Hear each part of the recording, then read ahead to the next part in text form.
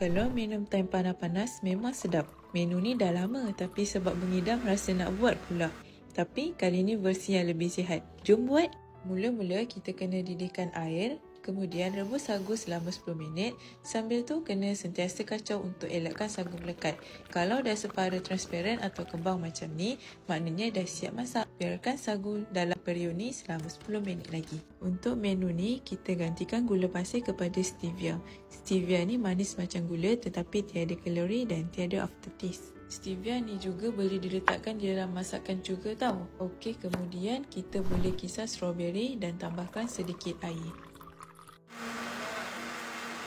Lepas 10 minit, angkat dan tapis sagu kita tadi untuk buang kenji. Kemudian, rendam sagu di dalam air sejuk supaya sagu sentiasa kenyal dan tidak lembik. Sebelum dihidangkan, buang air rendaman sagu tadi, kemudian campurkan buah strawberry, leci, puri strawberry, ais batu dan susu segar.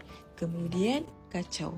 Senang je kan nak buat. Kalau hidangkan untuk anak-anak, mesti diorang suka. Kemudian tuang di dalam gelas dan untuk bagi manis, saya gunakan stevia ni. Macam saya, 2 titis je dah boleh rasa manis dia.